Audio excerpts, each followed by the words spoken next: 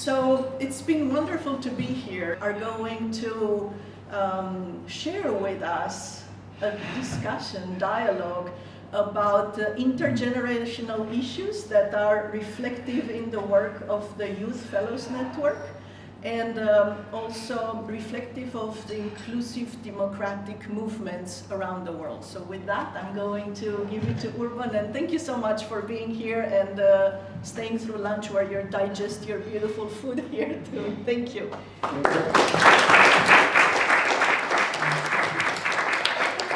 Thank you, Liana. It's such a huge privilege being a male, being introduced by one female, being surrounded by two other females, and having been to a panel just before lunch with 3 presenting females, which presented really high caliber, really touching, really important things. So it's a huge privilege to be here, and I want to apologize to everyone in the session because I had to leave before you were finished, and Ella too, because we were walking out here to meet up with Jarmila. So apologize for walking out of the session. So, on January the 6th, 1977, Charta 77 was published by the big papers of the time, Le Monde, Frankfurter Allgemeine, The Times, New York Times, and others. Charta 77 was a democracy manifest.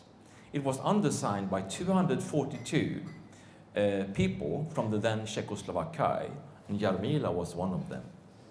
They were claiming the rights to be living as free citizens, culturally, politically, economically, socially.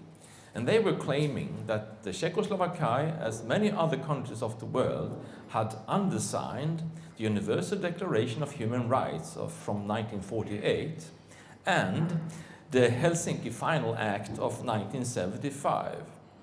And they were scrutinizing the situation of the Czechoslovakia by the time and having those two international documents as the measuring and saying that this doesn't do. We are not free. We are claiming freedom.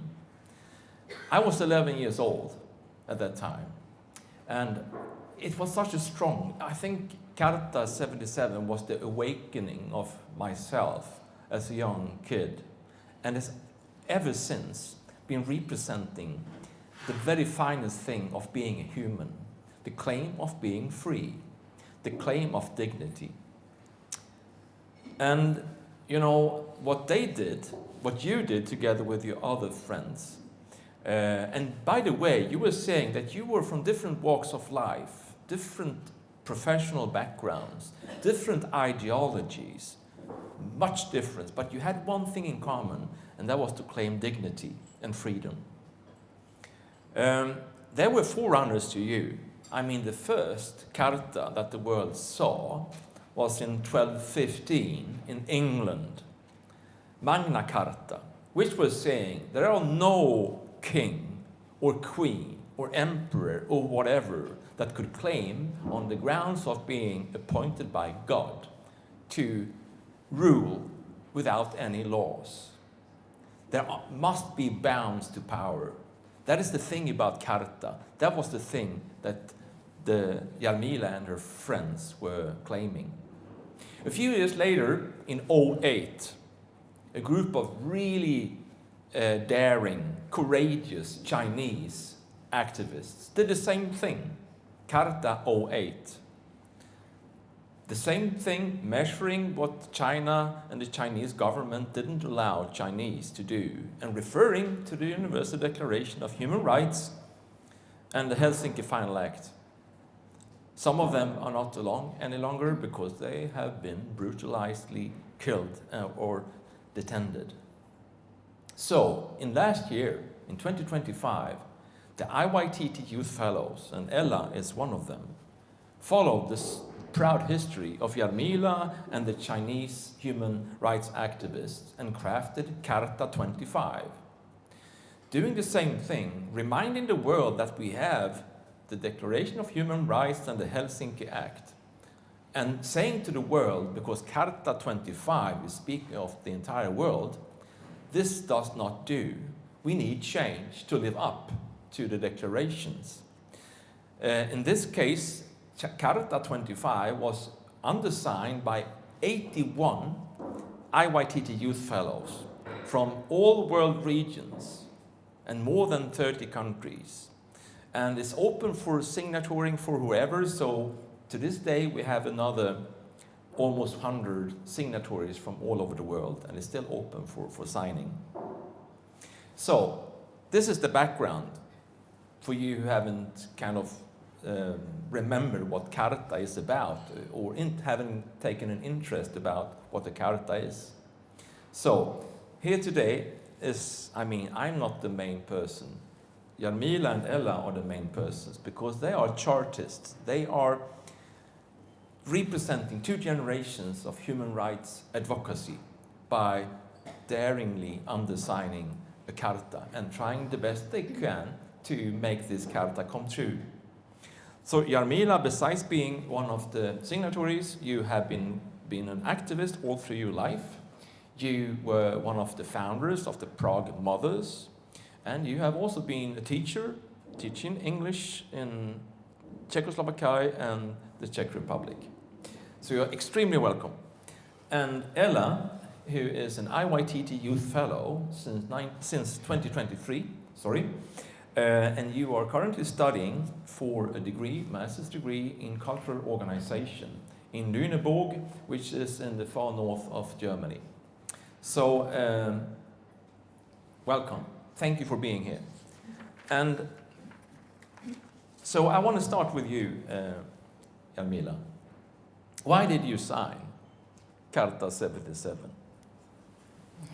It was very easy for me because I just didn't feel like lying. You know, the period from the year 68 to 77, it was, sorry, okay, can you hear me? It was called normalization. And in fact, it said that it was normal to lie. Because we were at many or nearly every possible occasion forced to sign, to put down that we agreed with the invasion of troops of the Warsaw Pact. We were supposed to say that we love the Soviet Union, and in fact we were forbidden to read what we wanted and needed to read. We were forbidden to travel. We couldn't exercise the basic or fundamental human rights that were guaranteed by the Helsinki Pact. So when my friend, who after the year 89 became the Minister of Foreign Affairs, which I didn't know in the year 77, when he brought me the text of Charta 77, so I was happy to sign it. And I handed it over to my friends and to my father, who signed it as well. So in fact, the main reason for me, it was not pretend what I didn't think. So that's it. Thank you, Jarmila. So almost 40 years went by after that undersigning of Charta 77, when you undersigned Charta 25. So what were your thoughts, you remember, when you signed the IYTT Charta? I mean, I think first of all I want to say that I think remembering your activism in 1977 is really like inspirational to a lot of young people, so I'm really honored to be here and talk to you today. Yeah, that's just to start. And I mean, to respond to your question, I mean, I think since the COVID-19 crisis, for the first time, I think, at least in my German context, I really saw the momentum right-wing populists were gaining. And now, as of 2026, the AfD is at the moment the most popular party, according to polls. And there's a new weapon, of course, factory just built next to Berlin, which we didn't have since World War II. And also, like, one of the biggest posters near my university canteen is also a recruitment for the German military. And I think I speak for a lot of like young people who experienced similar like right-wing changes in their country, who just very naturally accumulated more and more anger, frustration, and worry that things shouldn't be like this in the first place, and see these democratic principles erode. And I think, yes, it was very natural just to really feel compelled to make our voice, again, even clearer, even louder, through creating a charter and through yes, just signing it. I think it was very natural. And I've talked to a lot of also youth fellows from the US. And I mean, in the Charter 77, right, you really address this gap between the ideals of freedom, the human rights, but the lack thereof in like practice. And I think we see the same thing in like everywhere, but also I think the US is an amazing example for the same thing. There's like numbers going around at the moment that there has been 400 pregnancy-related crimes mentioned by Pregnancy Justice, an NGO, whilst there have been 0 arrests for the Epstein files. So I think the more vile and the more stunning the chasm of the hypocrisy gets, the more young people feel really compelled to make clear that we are not just a passive, silent mass, but that we actually consist of many distinct individuals who are disillusioned and also disenchanted and just won't just sit back. And yes, I think that's been like a lot of motivation behind youth fellows signing the charter. Yeah. That is very fine how he expresses the feelings of signing the 25 Charta. So, do you remember, if you recall, what feelings did you have in your body when you signed Charta 77? First, allow me to react to you. I very much appreciate the idea of Charta 25, and I would like to ask you if I, when I am old, could sign it.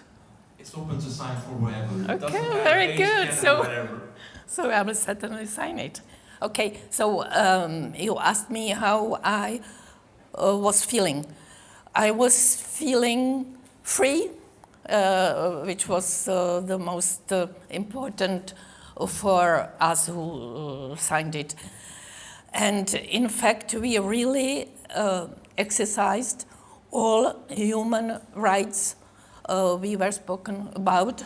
It means we, for instance, organized theaters in flats. We organized even university. We called it flat university.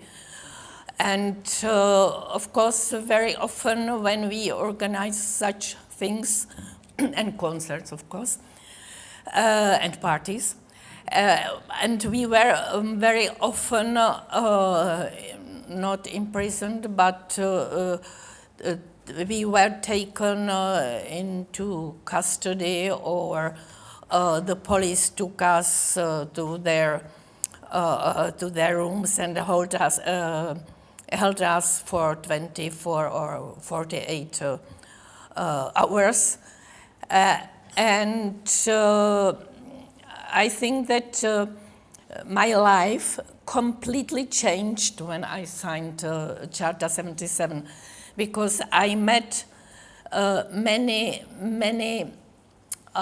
fantastic people I could never or I wouldn't had been able to meet if I didn't, I don't know if my passes are correct or if my past tense is correct. So I met very many educated people who studied just before the war, before the communist period. And in this way, I thought many things. And for instance, I was born in a family of communists who used to be leftists between the wars, but after the Second World War, they were, as many of their generation, they were very disappointed being betrayed by the West. So they decided that maybe there was no other solution than join the Soviet Union regime. But in the year 68, my parents found out and became signatories of Charter 77. They found out that that it was a mistake to be communists.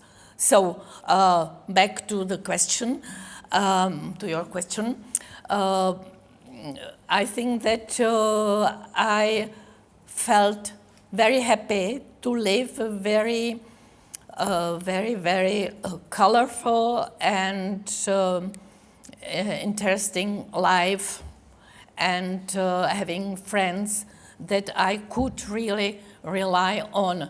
The only thing I was really afraid, I was young, so I wasn't much afraid of being imprisoned, but I was afraid of losing my children, and if there was some, if I were imprisoned. So my friends assured me that it wasn't a problem because they would certainly had taken care of them. So I was really a happy woman. Thank you. What amazing experiences, and thinking about the kids. That is underlining the thing about being a female, the thing about being a mother. So Ella, how do you relate to this? What are your feelings of being a Chartist and a female activist? Well, I think it's such a good point raised about community, that you know that you can rely maybe on friends taking care of your children if needed. I think it's also a very important, part of the International Youth Think Tank, that because it's also voluntary work in some ways, that when other people do a lot, then that other people step in to take over so other people can rest again. I think this voluntary work is very important in fighting against human rights. And if you are many people, it's also completely doable. But how do I relate to this? I think there's a lot of feelings that are attached to hopes with signing and creating the Charter. I think, of course, while writing the Charter, especially a youth fellow called Jonathan was the main author of this, just to sign the credits. I think the hope was, of course, to also spark a similar movement to the one you had in 1977, to really catch the spirit of a movement and maybe kind of take it maybe to a global scale as well, because the right-wing rise is really a global phenomena at the moment. And the International Youth Think Tank has been also very internationally active. So we really at the moment are inviting a lot of people all around the world to sign this Charter, doesn't matter from which standing. And I think we hope, of course, to be inspired by the 1977 Charter, because I think I had a conversation with your friend about this, that the Charter was able to unite a lot of people across very different ideologies, and very different standings. And I think the hope is, of course, with this Charter to be able to reach a lot of people and to unite again a lot of people against this common ground, or on this common ground, that we want to keep our human rights and democratic principles, and even strengthen them further so they actually apply to everyone and not just selectively. I think that's one big part. So while writing the Charter, of course, there were many thoughts about, okay, how do we keep like kind of an accusatory and still maybe radical tone in the Charter, while at the same time remaining very accessible and relatable to like as many people as possible. So I think that was a very tricky process in the writing. So we hope that a lot of people can resonate when they read the Charter, to reach a lot of people. Thank you, Ella. So, since you're mentioning this, that we are trying in the International Youth Think Tank to have this Charta 25 to spread, we did try the same as you did. We wrote to all the big papers of the world and were saying, well, you published Charta 77 in 1977, so why don't you publish Charta 25 now? And we wrote to the personal letters, signed paper letters to the editors, but they didn't respond. But we will use other ways to pull through, to spread, and to have signatories. What I want to ask you now, Jarmila, because, well, a few years has passed and you're still an activist. How is the world a better place? At least, how is the Czech Republic a better place now because of the Charta 2077, you think? I think the answer is for Nobel Prize, but when I speak or when to speak about my country, it is different, and I think it is definitely better place to live because we really can. Everybody can exercise his or her human right. We can travel, we can read, we can store at home texts that were forbidden, and nobody could be punished for it. But as for the globe, I think it is very, very different from the times we lived in the 70s to the late 80s. I think that the main problem, I can see that the main problem is the gap between the wealth and in few countries and poverty in quite very, very, very vast areas. And I think that the problem is that the world is going very, very fast in many ways. I think that we even can't reflect what is happening. And I think that somehow it needs it needs fundamental human rights for everybody to slow down a bit and to reflect, to think about things, because I think that I am afraid that techniques and technologies are faster than our thinking. And this is what I think is very dangerous.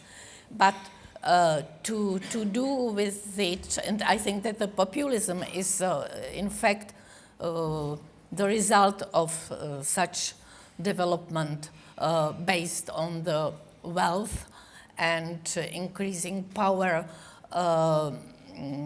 that grows from that wealth. So I think that we really need to act, to use our human rights, but not only as rights, but as our responsibilities. On every level we live, or never mind where we work or what group we belong to. We have responsibilities as mothers, as officers, as politicians. I think that it is very, very important, as you said, not to be passive. It's not enough to live. It's enough not to go to polls and to vote. It's not enough. And even in my country, the word or the state, or I think that being an activist is a bit gossip still, even in my country. So when I come, for instance, in a pub, my friends usually introduce me, she's an activist, you know. So I think that it is necessary that every one of us is or should be an activist on this level, on his or her level, as he can be. Thank you. I must correct you. I wasn't really a teacher of English, but I studied English at the language school, and it was in the year '89, and some people from from some enterprises came finding some teacher for English, for people, for beginners, for students of English, because nobody could speak English in my country before the year '89. There were few people. Oh, so I'm sorry for my English. You shouldn't, because you're speaking lovely English. So I just want to mention that since you are bringing up the huge thing about wealthy people and poor people, that you're saying is one key thing of the world today. I just want to say that the youth fellows of the IYTT, like Ella and the other ones, when we are asking them to define the biggest challenges of democracy in the world today, this is what they bring up. So equity is the big thing in the analysis, and it doesn't matter if you are a youth fellow from Africa, Asia, Europe, or North America, or Latin America. The analysis is the same. So I think this is a very fine thing when we're listening to young activists. This economic distribution is a big thing. May yes? I say something to this? I don't think that the distribution of wealth is the main problem. I think that the problem is when power grows from the wealth. And it is now it is the problem of the biggest populists, I mean Mr. Trump or our Premier, Mr. Babiš. I don't know if you know that he is the biggest enterpriser or businessman, not only on the level of our country, but in the world. He's not the biggest, but he's the biggest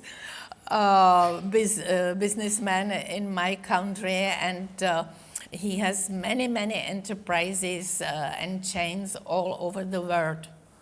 So I think that that's the problem, and we should manage it. But the answer how to do that is for Nobel Prize, I think. Yeah, we don't like to collude the economic power with the political power. So Ella, what's your hopefulness when it comes to the future and having the opportunity of signing a charter like Charter 25?